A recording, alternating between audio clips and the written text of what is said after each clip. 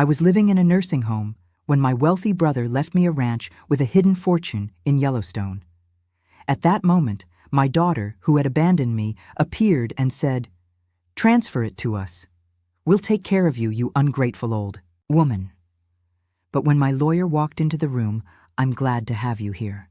Follow my story until the end and comment the city you're watching from so I can see how far my story has reached." The sound of Mrs. Henderson's walker scraping against the linoleum floor was the only thing that broke the suffocating silence in the Sunset Manor common room. I sat in my usual spot by the window, watching the same gray parking lot I'd been staring at for 3 years now. 3 years, 2 months, and 16 days to be exact. Not that I was counting. My name is Bernice Walsh, and at 67 years old, this nursing home had become my entire world. Not by choice, mind you. My daughter Astrid had made that decision for me, along with her husband Marcus, on a cold Tuesday morning in March 2021. "Mom, we just can't handle this anymore," Astrid had said, her voice dripping with that fake concern she'd perfected over the years. "You're getting forgetful, and with Marcus's work schedule and the kids—" She trailed off, letting the implication hang in the air like a threat. Forgetful. That's what she called it when I questioned why $20,000 had disappeared from my savings account. Money that had vanished right around the time Marcus needed a down payment for his new truck. But when I brought it up, suddenly I was confused and not thinking clearly. The truth was, I'd never been sharper. I knew exactly what was happening. I just couldn't prove it.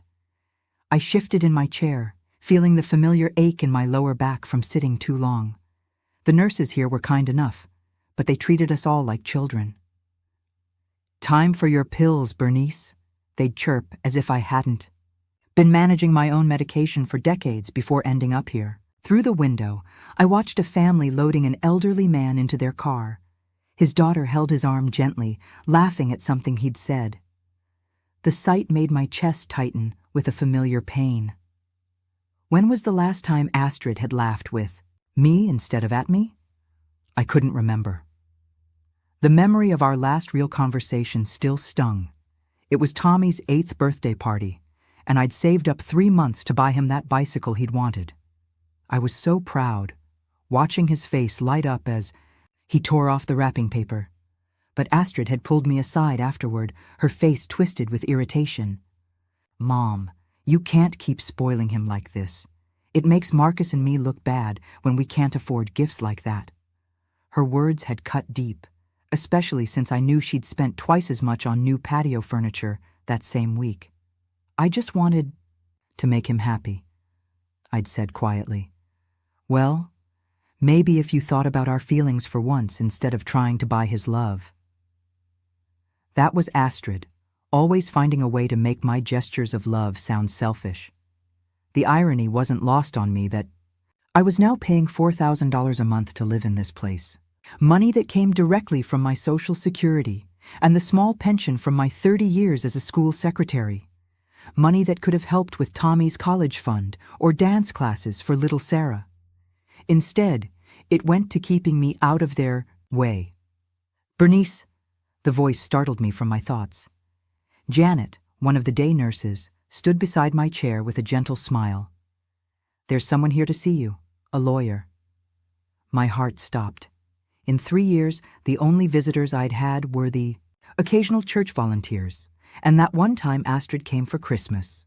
She'd stayed exactly 45 minutes, spent most of it on her phone, and left with a hurried excuse about traffic. "A lawyer?" I repeated, my voice barely above a whisper. Janet nodded. "He's waiting in the family conference room. Would you like me to walk with you?" I stood slowly, my hands trembling slightly. What could a lawyer possibly want with me? My will was simple. Everything to Astrid and the grandchildren. Not that there was much left after paying for this place. The walk down the hallway felt endless. Each step echoed in the quiet corridor, mixing with the distant sounds of a television and someone's muffled coughing. The Sunset Manor tried to be cheerful with its pale yellow walls and artificial flowers. but it still felt like what it was, a place where people came to wait. The conference room was small and sterile, with a round table and 4 chairs. A man in his 50s sat waiting, wearing a dark suit that looked expensive. He stood when I entered, extending his hand with a professional smile. "Mrs. Walsh, I'm Jonathan Mills, attorney for the estate of George Walsh." He paused, his expression softening. "I'm very sorry for your loss, George." My older brother, George. The room seemed to spin for a moment. I gripped the back of a chair to steady myself. "George is... When did he..." "3 days ago, ma'am. Heart attack. It was very sudden." Mr. Mills pulled out a chair for me. "Please sit down." I sank into the chair, my mind reeling. George, dead at 72. We hadn't spoken in almost 5 years, not since our last argument about Dad's watch. Such a stupid fight looking back. But pride had kept us apart, and now it was too late. "I know this is a shock," Mr. Mills continued, settling into the chair across from me. "Your brother left very specific instructions about contacting you. He was quite insistent that I handle this personally. He opened a leather briefcase and pulled out several documents. Mrs. Walsh, your brother has left you something in his will, something significant." I stared at the papers in front of me, the words blurring together. "I don't understand." George and we weren't close anymore. Mr. Mills leaned forward, his expression serious. "Perhaps not recently, but your brother spoke of you often. He was very concerned about your situation here." My situation. Heat flushed my cheeks. Even George had known how I'd ended up here, abandoned by my own daughter. The shame of it hit me fresh like a slap across the face. "What did he leave me?" I asked quietly. The lawyer's next words changed everything, but before he could answer, the conference room door burst open. Astrid stood there slightly out of breath, her blonde hair perfectly styled despite the obvious rush to get here. Behind her loomed Marcus, his face wearing that stern expression I'd grown to hate. "Mom!" Astrid exclaimed, rushing over to me with theatrical concern. "I came as soon as I heard about Uncle George." "Are you okay?" "Why didn't anyone call me first?" I looked at my daughter, really looked at her. The expensive handbag, the designer clothes, the manicured nails, all while claiming she couldn't afford to help with my care. The realization that had been building for years finally crystallized into cold, hard certainty. She hadn't come to comfort me. She'd come because she'd heard about the lawyer. Mr. Mills cleared his throat and glanced between Astrid and me with obvious discomfort. "I'm afraid this meeting was scheduled specifically with Mrs. Walsh. Perhaps we could—" "Oh, that's perfectly fine," Astrid interrupted, settling into the chair next to me without invitation. "I'm her daughter, and I help manage all of Mom's affairs now." She reached over and patted my hand in that condescending way that made my skin crawl. "Don't you, Mom?" Marcus remained standing by the door, arms crossed, looking like a bouncer. I noticed how his eyes kept darting to the documents spread across the table, trying to read them upside down. "Actually," I said, surprising myself with the firmness in my voice, "I'd like to hear what Mr. Mills has to say." Astrid's smile tightened, almost imperceptibly. "Of course, Mom. I'm just here to help you understand everything. You know how confusing legal matters can be." The condescension in her tone was like a match to kindling. How many times had she used that exact phrase to justify taking over my life? "You know how confusing things can be for you, Mom." It was her favorite way of dismissing my concerns, my questions, my very capacity to think for myself. Mr. Mills looked at me directly, ignoring Astrid's presence. "Mrs. Walsh, your brother George owned a ranch in Yellowstone County, Montana. 2,000 acres of pristine land that's been in your family for over 60 years. I blinked in surprise. George had a ranch, but he worked at the grain elevator. That was his day job, yes, but he inherited the property from your Uncle Robert and had Been running cattle on it for decades. Mr. Mills pulled out a photograph and slid it across the table. This is the main house and surrounding buildings. The photograph showed a beautiful log home nestled against rolling hills with a red barn and several outbuildings scattered across green pastures. Mountains rose in the distance, creating a backdrop that looked like something from a postcard. It was nothing like the modest apartment where George had lived in town. "Why didn't he ever tell me?" I whispered, tracing the edges of the photograph with my finger. "Your brother was a very private man. He believed in living simply, even though he—" Mr. Mills paused, glancing at Astrid, who was leaning forward with barely contained excitement. "Perhaps we should discuss the details privately." "No need for that," Astrid said quickly. "Like I said, I help Mom with everything now, right, Mom?" She squeezed my hand harder than necessary, her nails digging into my skin. I pulled my hand away. "What details, Mr. Mills?" The lawyer opened another folder and pulled out a bank statement. When he slid it across the table, I had to read the numbers 3 times before they made sense. $8,400,000. George was very conservative. With his investments, Mr. Mills explained. He purchased gold when prices were low, invested in treasury bonds, and bought shares in several blue-chip companies over the years. He lived frugally and let his money grow. The room went completely silent. I could hear my own heartbeat pounding in my ears. $8 million. George, who I'd thought barely scraped by on his factory pension, had been a millionaire. Holy, Marcus breathed, from his position by the door. Astrid shot him a warning look before turning back to me with wide eyes. "Mom, this is incredible. Uncle George must have really loved you to leave you all this." But I was staring at Mr. Mills, trying to process what he just told me. He left me everything. The ranch, the investments, the mineral rights to the property, everything. Yes, there's also this. He handed me a sealed envelope with my name written on it in George's familiar handwriting. He wanted you to read this yourself. With trembling fingers, I opened the envelope and unfolded the letter inside. George's words, written in his careful script, made my throat tighten with emotion. "Bernice, if you're reading this, then I'm gone and you're hearing about what I've left you. I know we haven't talked much these past few years, and that's on me. I should have swallowed my pride and called you.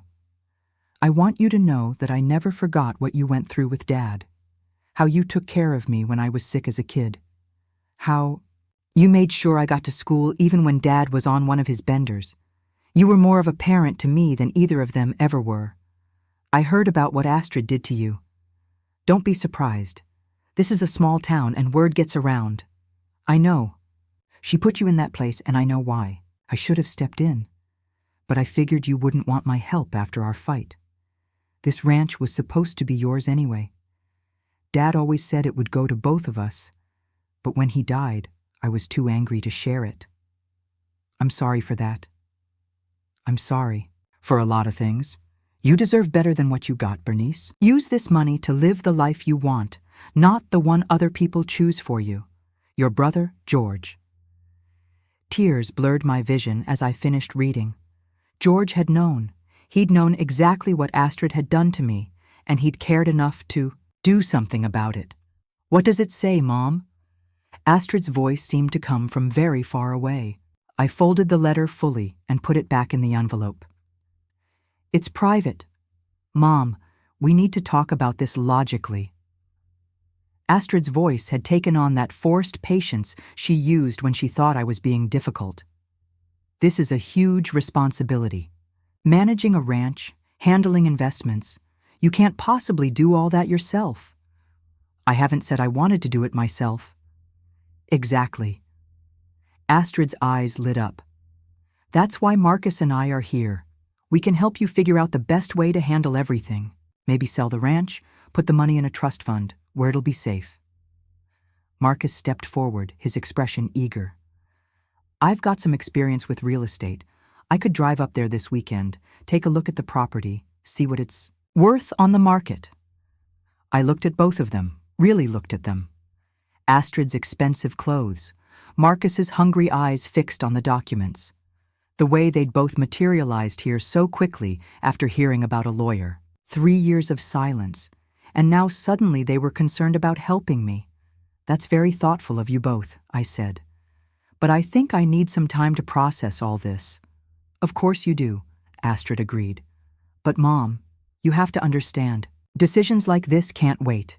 There are probably tax implications, legal requirements. The longer we wait, the more complicated it gets. Mr. Mills had been watching this exchange with a neutral expression, but now he spoke up. Actually, Mrs. Walsh, there's no rush. Your brother structured everything to minimize tax consequences, and I'll be handling all the legal requirements. You have as much time as you need to decide what you want to do. Astrid's smile faltered slightly. Well, yes, but surely it makes sense to get family involved in these decisions. Where has family been for the past 3 years? The words came out before I could stop them. The room went quiet. Astrid blinked, looking genuinely hurt. Mom, that's not fair. You know we visit. You visited me exactly 4 times in 3 years. Astrid, 4 times. And 3 of those were holidays when you felt obligated. My voice was steadier than I felt. The last time was Christmas 8 months ago, and you spent the entire time complaining about the drive here. Mom, we've been busy with the kids, with work. Too busy to call, too busy to check if I was okay, too busy to take me out for a meal, or even bring the grandchildren to see me. I stood up slowly, feeling strength return to my legs. But somehow you found time to be here 20 minutes after a lawyer mentioned an inheritance. Marcus shifted uncomfortably. Look, Bernice, I think there's been some misunderstandings. No misunderstandings, I said quietly. Just finally understanding. Astrid reached for my arm. Mom, please. I know we haven't been perfect, but we're family. We love you. I looked down at her hand on my arm, then at her face. For just a moment, I saw the little girl. She used to be the one who would crawl into my lap when she had nightmares.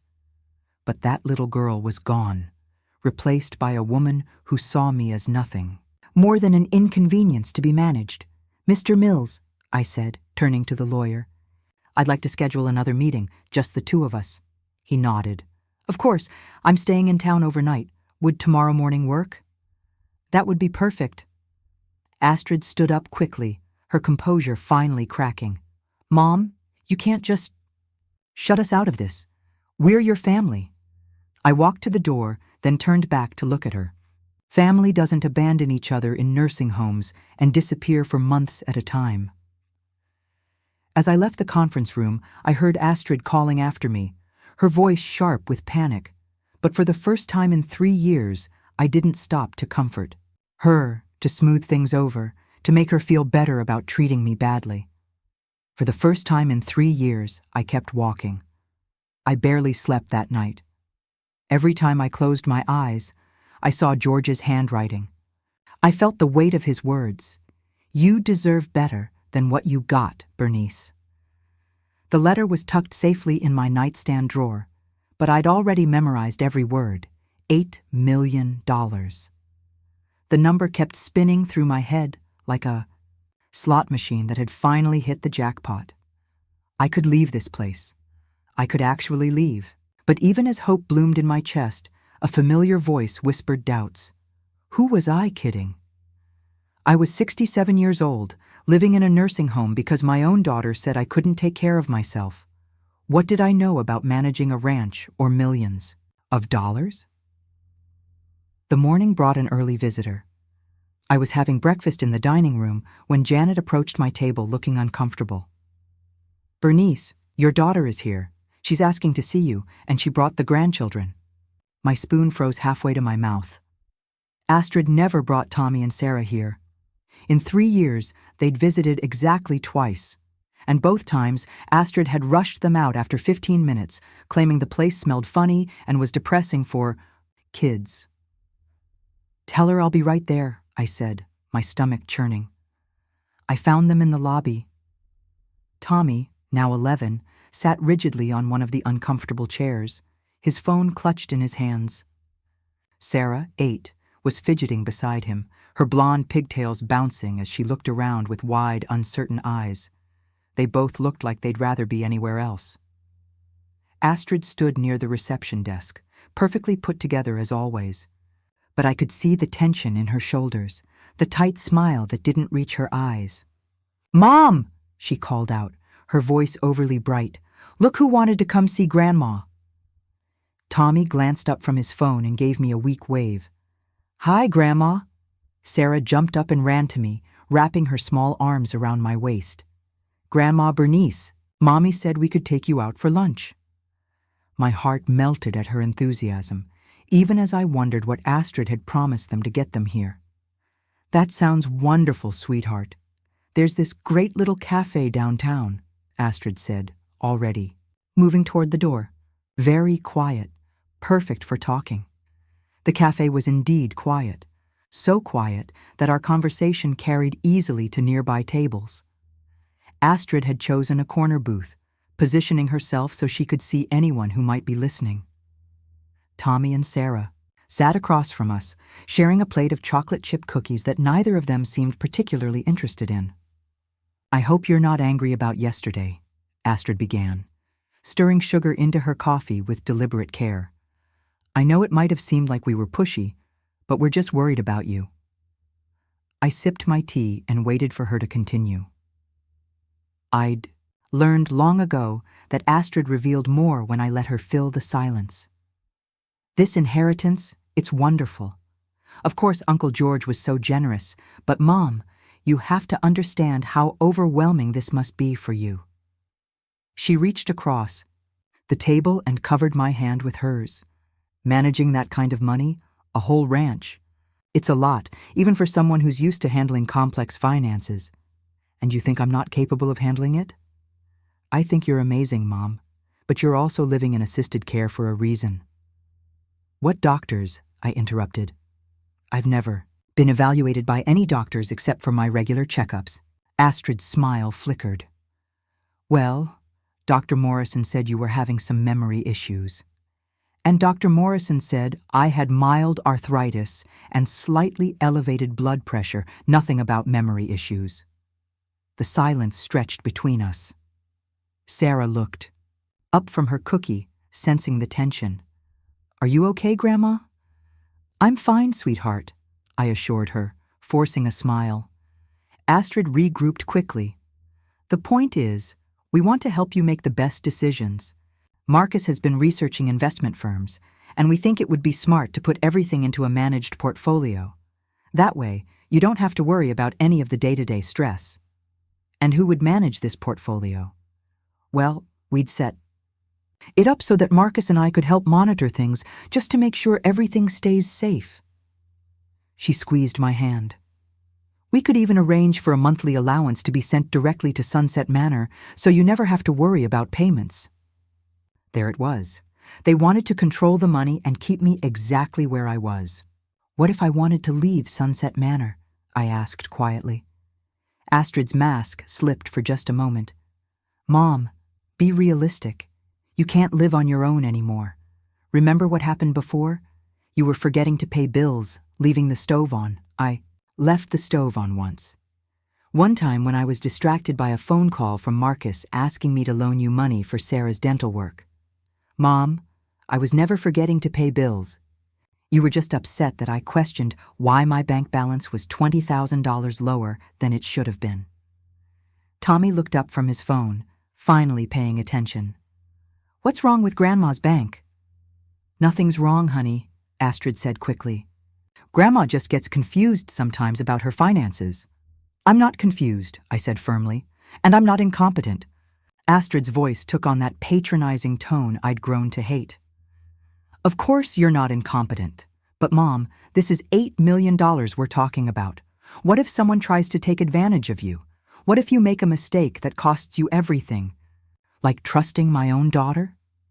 The words hung in the air like a slap. Sarah's eyes went wide, and Tommy actually looked up from his phone. Even the couple at the next table stopped talking. Astrid's face went white, then flushed red.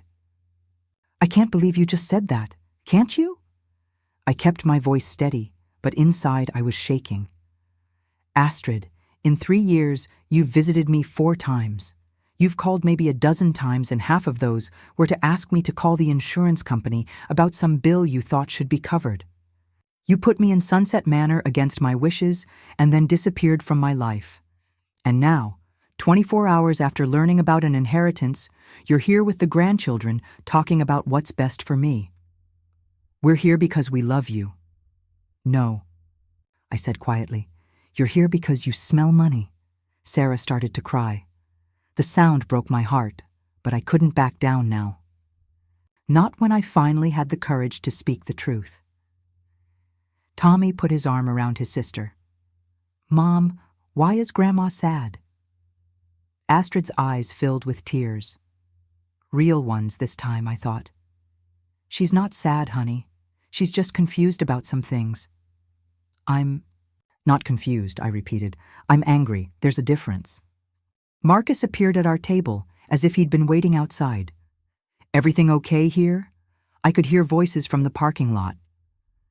Everything's fine, Astrid said, but her voice was shaky. Mom's just having one of her episodes. I am not having an episode, I said loud enough that several other diners turned to look.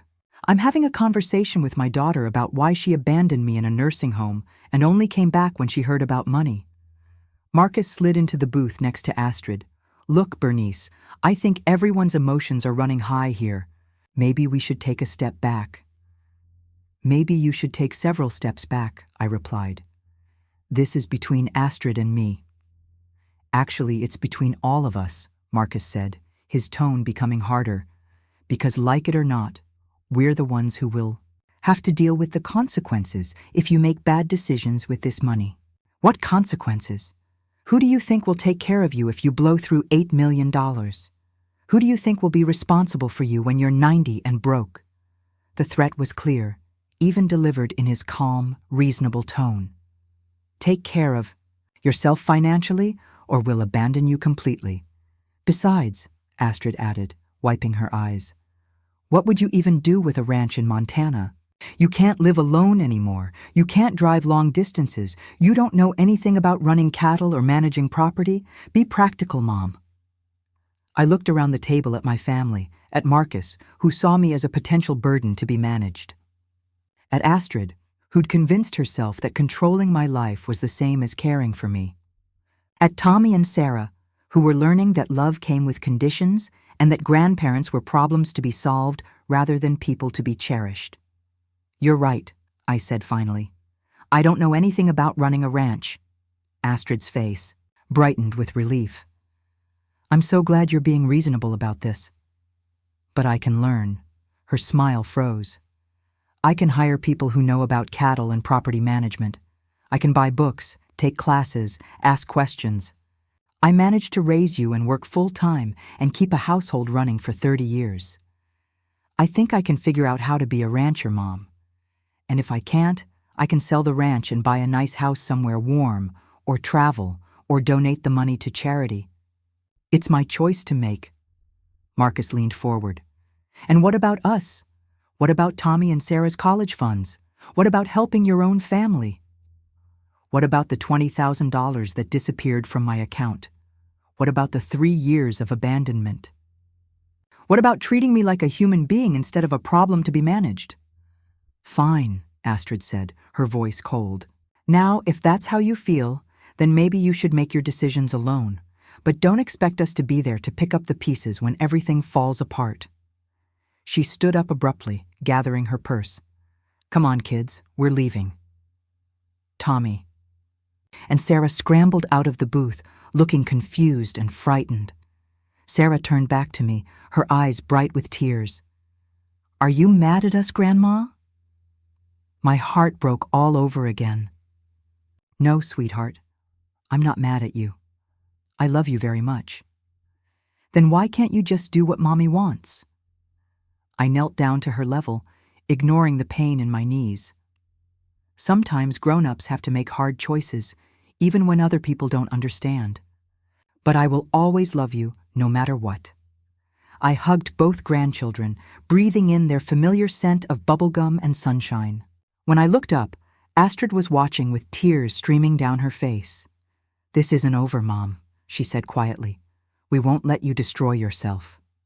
As they walked away, Tommy turned back once, his young face serious beyond his years. "Bye, Grandma." I sat alone in the cafe for a long time after they left, nursing cold tea and trying to stop my hands from shaking. I'd just declared war on my own family, and I wasn't sure I was strong enough to win. The next morning brought my second meeting with Mr. Mills, but this time I was prepared.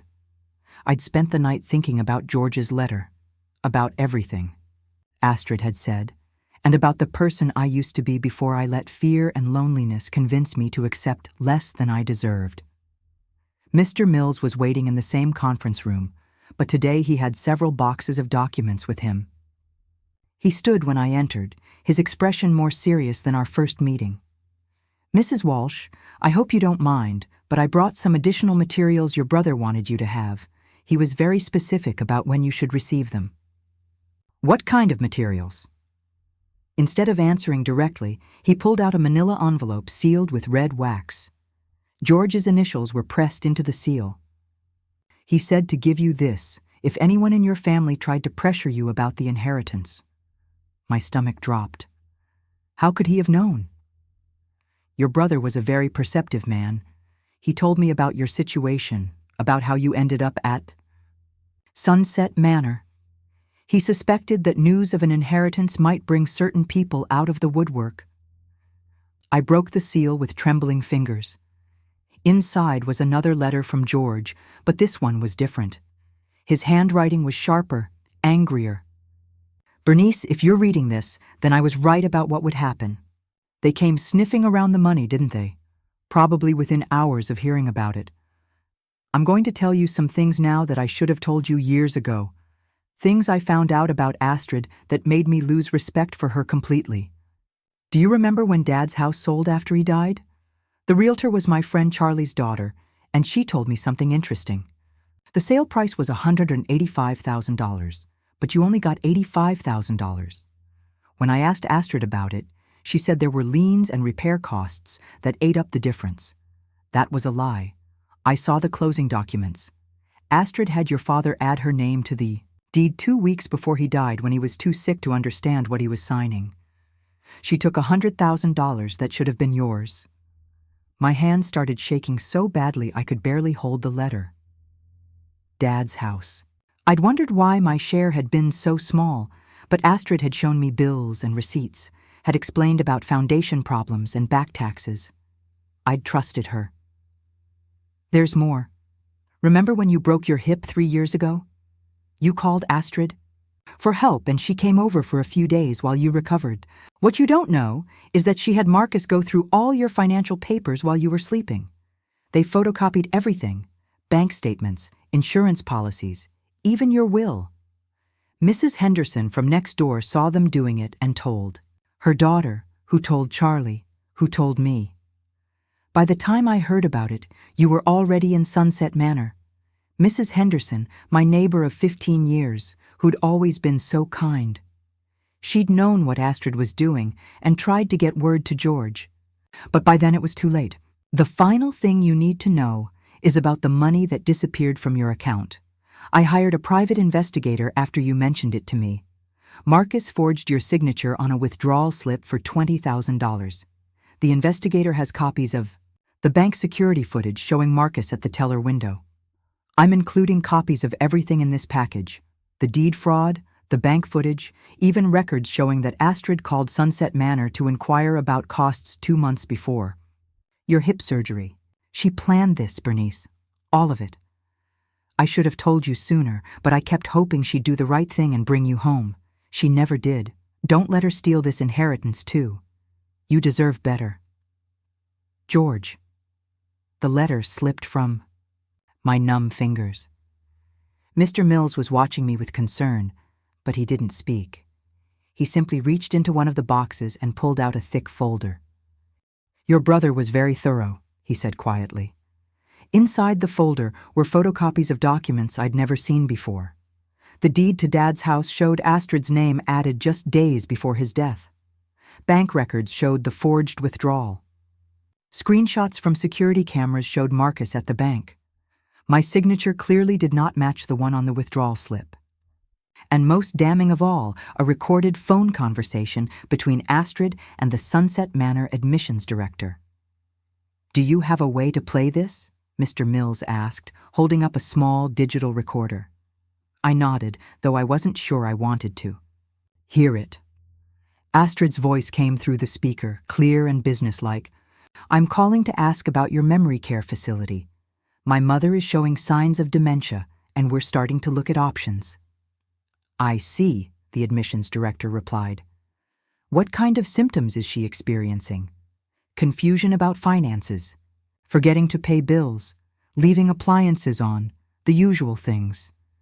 She's also becoming increasingly paranoid, accusing family members of stealing from her." My breath caught. Even 3 years later, hearing Astrid describe me that way felt like a physical blow. "Has she been evaluated by a physician?" "We're working on that, but honestly, she's resistant to admitting there's a problem. We may need to move quickly when the time comes." "I understand many families face this challenge. What's your timeline?" "Hopefully, within the next few months. She had a fall recently, and we're concerned about her living alone." The fall she was referring to had been me tripping over a rug in my own living room. I'd been fine, just a few bruises, but Astrid had acted like it was a sign of serious cognitive decline. The recording continued with Astrid asking detailed questions about costs, visiting policies, and how to arrange an emergency placement if I had another medical incident. By the time it ended, I was shaking with rage. "She planned it," I whispered. "All of it." Mr. Mills nodded grimly. "Your brother suspected as much. That's why he made sure I had all this evidence before contacting you." "But why? Why would she do this to me?" "Based on what your brother told me, I think she saw you as a financial burden that was getting in the way of her own plans. With you in assisted care, she didn't have to worry about supporting you in your old age. And with access to your finances, she could take whatever she wanted." I finished the thought, feeling sick. "Your brother also discovered that Astrid and Marcus were having serious financial problems around the time you were placed in Sunset Manor. Marcus had lost his job. They were behind on their mortgage, and they'd maxed out several credit cards. Everything was starting to make horrible sense. The expensive clothes Astrid wore when she visited, the new car Marcus had been driving, the European vacation they'd taken last summer that they'd posted all over social media, all funded by stealing from me. "What can I do about this?" I asked. Mr. Mills pulled out another folder. "Your brother anticipated that question too. He's already done most of the groundwork. For legal action, if that's what you choose. The evidence is solid. Fraud, elder abuse, forgery. The district attorney would likely be very interested in this case. And if I don't want to press charges, that's entirely your choice. But Mrs. Walsh, you should know that what they did to you, it's not just morally wrong, it's criminal. Then based on your brother's investigation, you're probably not their only victim." "What do you mean?" "Marcus's elderly father died 2 years ago. He was in a nursing home for the last 6 months of his life, and Marcus was handling his finances.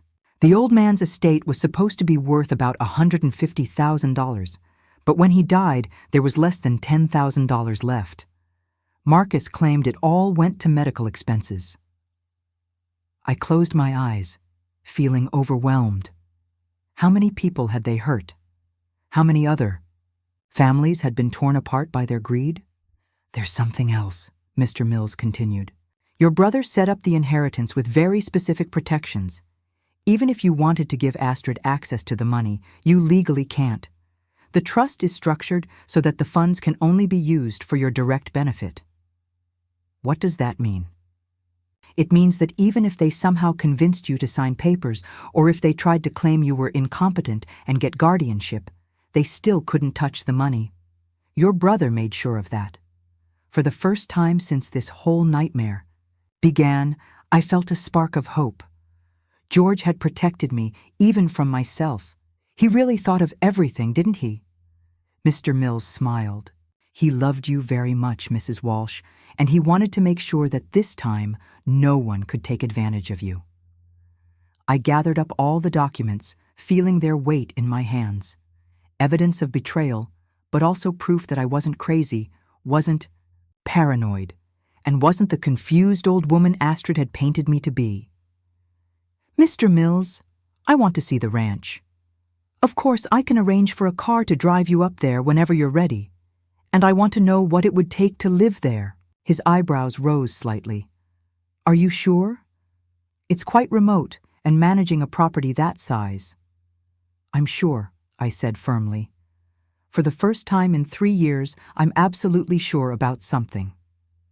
As I walked back to my room at Sunset Manor, the folder of evidence tucked securely under my arm, I felt something I hadn't experienced in years. Power. Real power, backed by truth and protected by George's careful planning. Astrid and Marcus thought they could intimidate me into handing over my inheritance. They thought I was weak, confused, easily manipulated. They were about to learn how wrong they were. 3 days passed before Astrid called.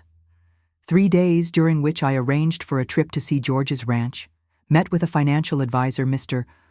Mills recommended, and most importantly, made peace with what I had to do. When her name appeared on my phone, I let it ring 4 times before answering. Mom. Her voice was strained, exhausted. We need to talk. Hello, Astrid. I've been thinking about our conversation at the cafe, and I think we both said things we didn't mean. I know you're upset, but family is family. We need to work this out. I sat in my chair by the window, watching the familiar gray parking lot. What did you have in mind? Marcus and I talked to a lawyer. We think the best solution is to set up a family trust with all 3 of us as trustees. That way, everyone has a say and there's protection against any impulsive decisions. By impulsive decisions, you mean me actually using my own inheritance? Mom, please don't be like that. This is about protecting you, about protecting all of us. Where have you been for 3 days, Astrid? The question seemed to throw her. What do you mean? I mean, if this inheritance is such a crisis that requires immediate family meetings and emergency legal consultations, where have you been for 3 days? Why didn't you call sooner? We needed time to research options to figure out the best approach. You needed time to figure out how to control the money. A long silence. When Astrid spoke again, her voice was harder. Fine. You want honesty? Yes. We're concerned about you making decisions that could hurt everyone. You haven't exactly shown great judgment in the past. What past decisions are you referring to, Mom? You let Dad walk all over you for 20 years. You stayed in a job that barely paid the bills when you could have done better. You trusted people who took advantage of you. And look where it got you, alone in a nursing home.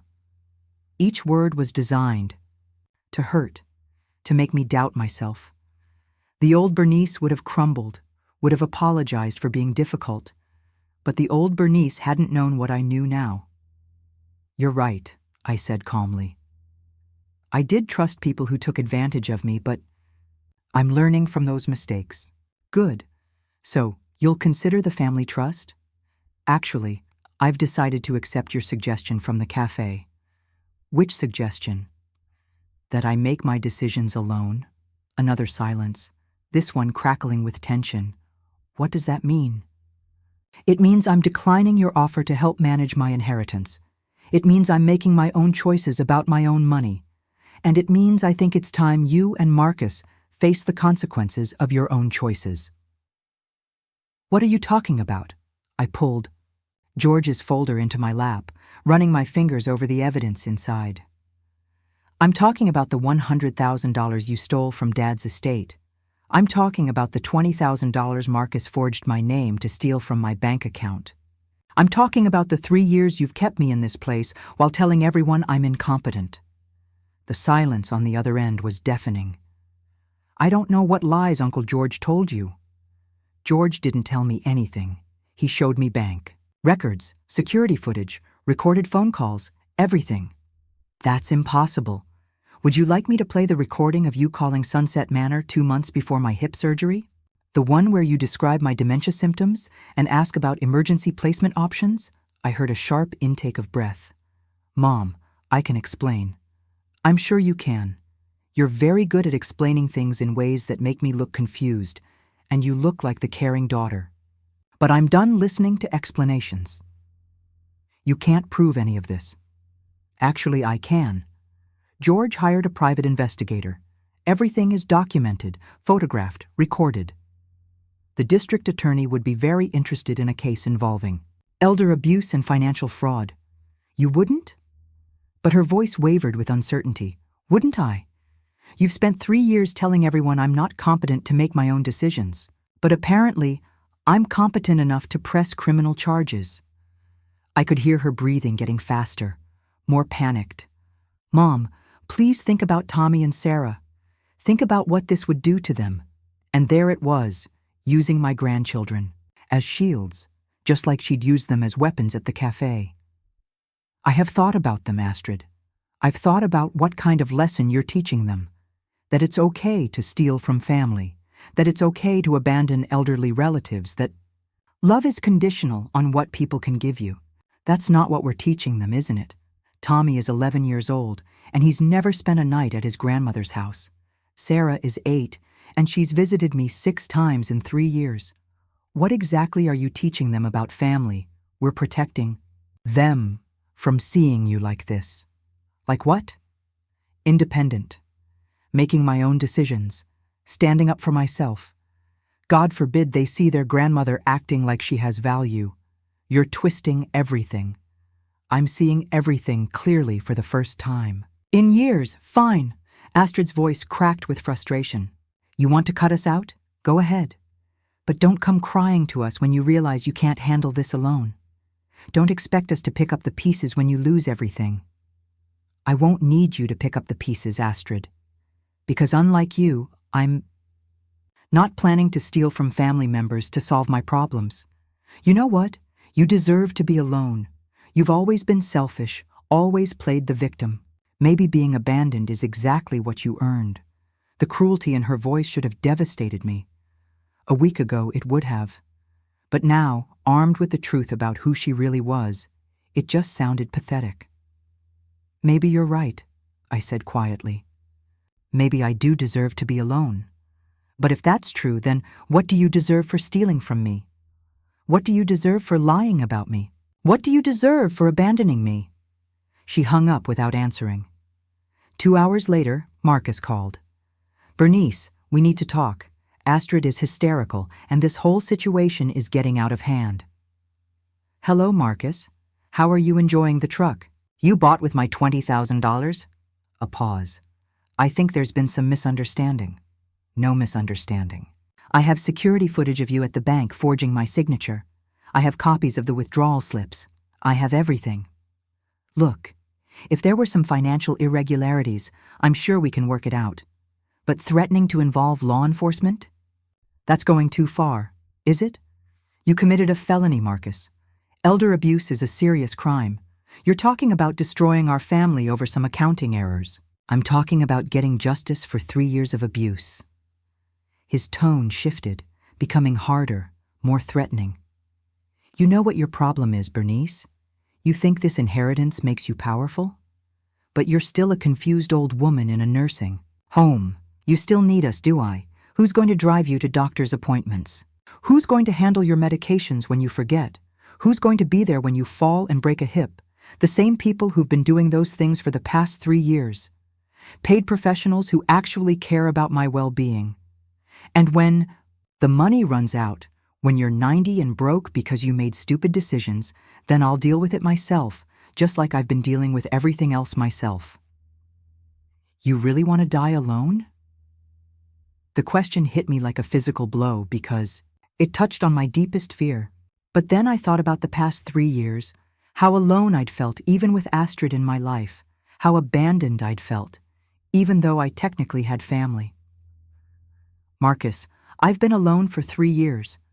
The only difference now is that I'm choosing it. Hung up and immediately called Mr. Mills. I want to see the ranch tomorrow, I told him. And I want to start the paperwork to move there. Are you sure, Mrs. Walsh? This is a big decision, I'm sure. For the first time in years, I'm absolutely sure. That evening, I sat in my room and wrote 2 letters. The first was to Tommy and Sarah, explaining why Grandma might not see them for a while, but that I loved them and hoped they would understand someday when they were older. The second was to Mr. Mills with detailed instructions about what to do if Astrid or Marcus tried to claim I was incompetent or attempted to gain guardianship over me. Then I pulled out the recorder Mr. Mills had given me and spent an hour documenting everything I could remember about the past 3 years, every lie Astrid had told, every excuse Marcus had made, every time they'd made me feel like a burden instead of a person. If they wanted to play games about my competency, I'd give them evidence of exactly how competent I was. The next morning, I packed my few belongings into 2 suitcases. 3 years of life in a nursing home didn't amount to much. Some clothes, a few books, the photographs I'd salvaged from my old house. As I folded George's letters carefully between my sweaters, I found myself smiling. For the first time since this nightmare began, I was in control. Astrid and Marcus thought they could intimidate me into giving them what they wanted. They thought I was weak, confused, desperate for their approval. They were about to learn the difference between being alone and being free. The drive to Montana took 6 hours, but it felt like traveling to another world. Mr. Mills had arranged for a car service, and as we left the flat prairie behind and headed into rolling hills dotted with cattle, I felt something I hadn't experienced in years: anticipation. The ranch was even more beautiful than the photographs had suggested. The log house sat on a gentle rise, overlooking a valley where a creek wound between cottonwood trees.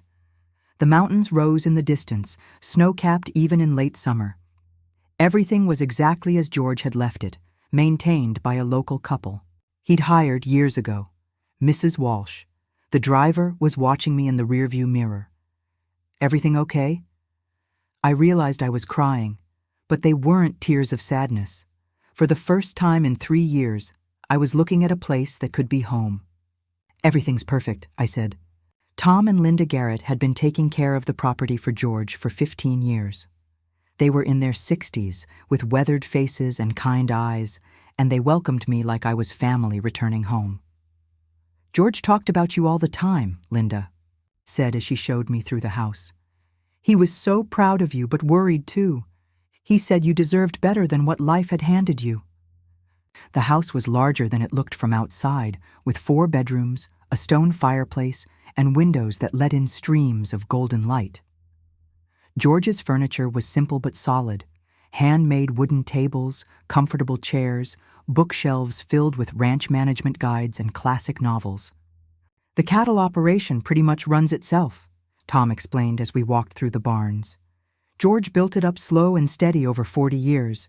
We've got about 200 head of Angus, good grazing land, reliable water sources. The income covers all the operating expenses and then some. You mean it makes money? Tom grinned. George was a smart businessman. This place has turned a profit every year since 1995. I stood in the doorway of the main barn, breathing in the scent of hay and leather, listening to the peaceful lowing of cattle in the distance. It was so quiet, I could hear my own heartbeat. Mrs. Walsh, Linda said gently, are you thinking of staying? I'm thinking of living, I replied. That evening, I called Mr. Mills from George's old office, surrounded by his carefully organized files and decades of ranch records. How was your first day as a rancher? He asked. Overwhelming and wonderful. Mr. Mills, I want to make this official. I want to move here permanently. I thought you might. I've already started the paperwork to transfer your care from Sunset Manor to the medical clinic in town. Dr. Sarah Chen comes highly recommended, and she makes house calls for elderly patients. I'm not elderly, I said, then caught myself. I mean, I am 67, but I don't feel elderly. That's because you're not living like you're elderly anymore. You're living like you're alive. Over the next week, I settled into a routine that felt more natural than anything I'd done in years. I woke with the sunrise, had coffee on the front porch while watching the cattle graze, and spent my days learning about my new life. Tom taught me to recognize the different pastures and water sources. Linda showed me George's garden and the root cellar where he stored vegetables through the winter. I hired a local woman named Marie to help with housework twice a week, more for the company than from necessity. She was Tommy's age and full of stories about growing up in ranch country. Through her, I met other neighbors, the veterinarian who'd cared for George's cattle, the feed store owner who'd known my brother. For decades, the postmaster who remembered when George first bought the property. For the first time in my adult life, I was part of a community where people knew my name and cared about my well-being without expecting anything in return. The call from Astrid came on my 10th day at the ranch. Mom, people are saying you moved to Montana. Please tell me that's not true. I was sitting on the front porch watching Tom repair a section of fence while Linda hung laundry on the line behind the house. The picture of domestic peace. It's true. Mom, you can't be serious. You don't know anything about living alone, especially not on some isolated ranch. What if you have a medical emergency? What if something happens to you?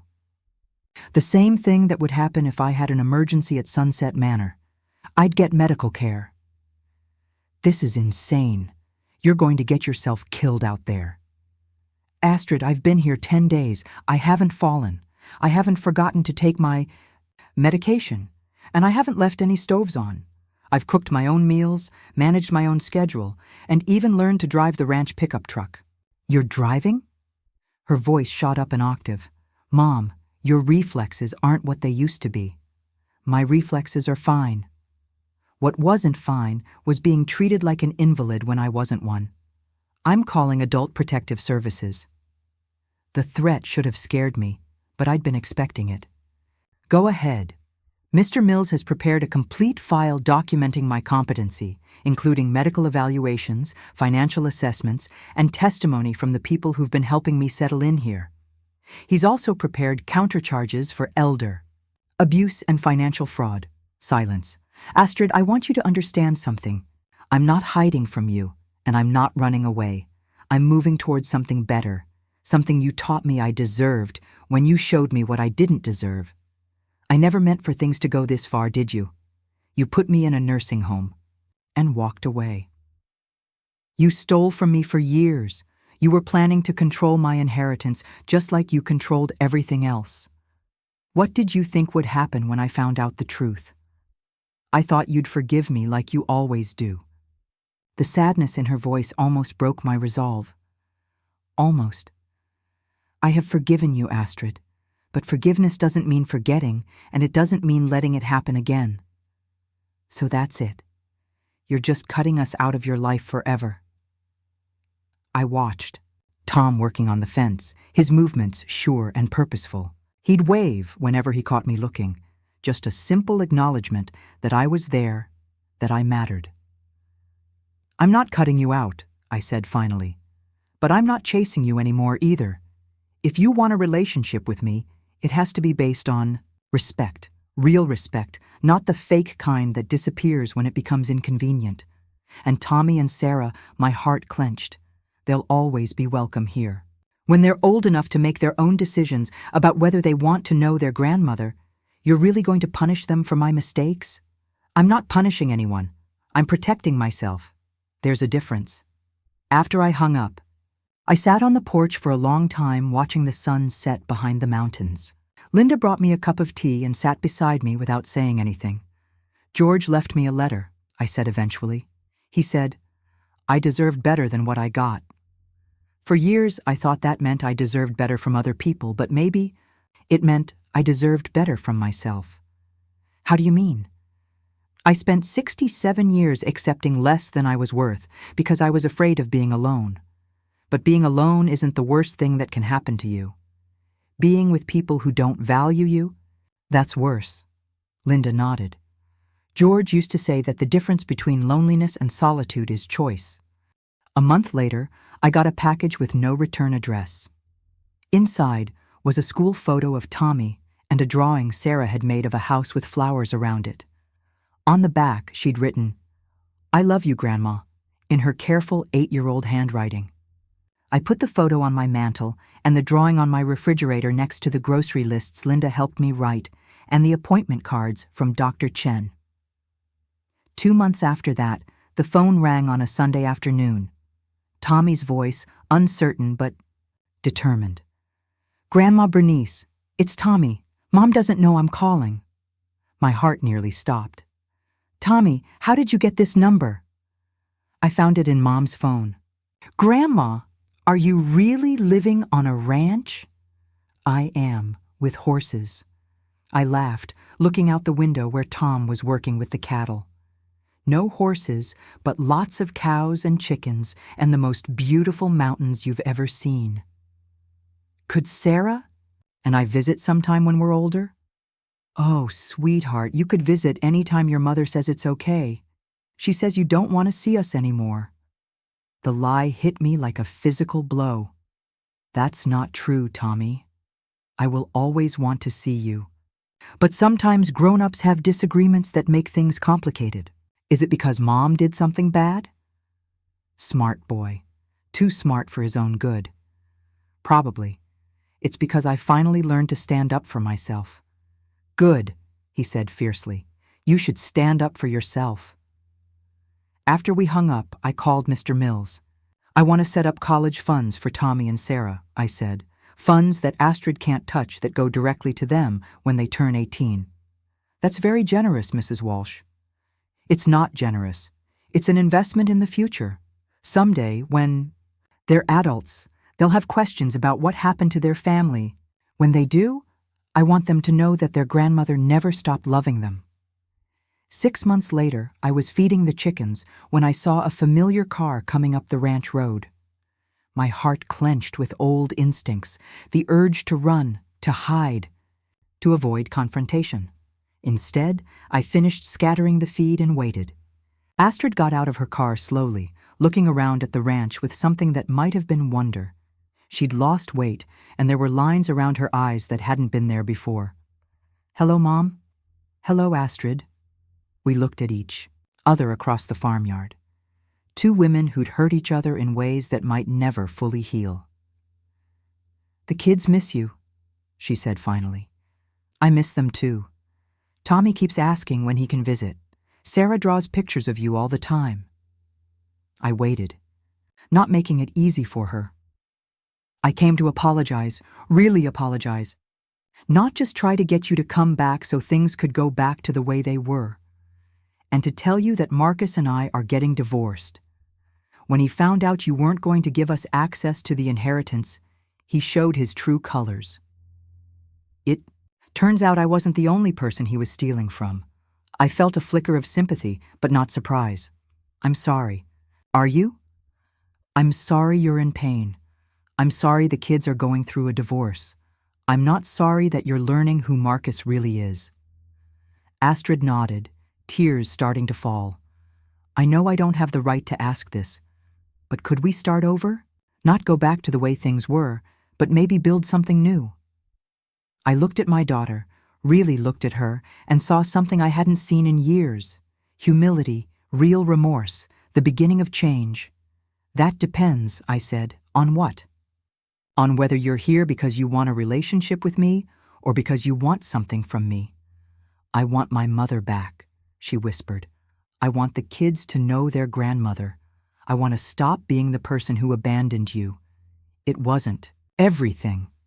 It wasn't a magic wand that would erase 3 years of pain and decades of taking me for granted. But it was a beginning. "Would you like to come in for coffee?" I asked as we walked toward the house together. I caught sight of myself in the reflection of the front window. The woman looking back at me was straight-backed, confident, alive.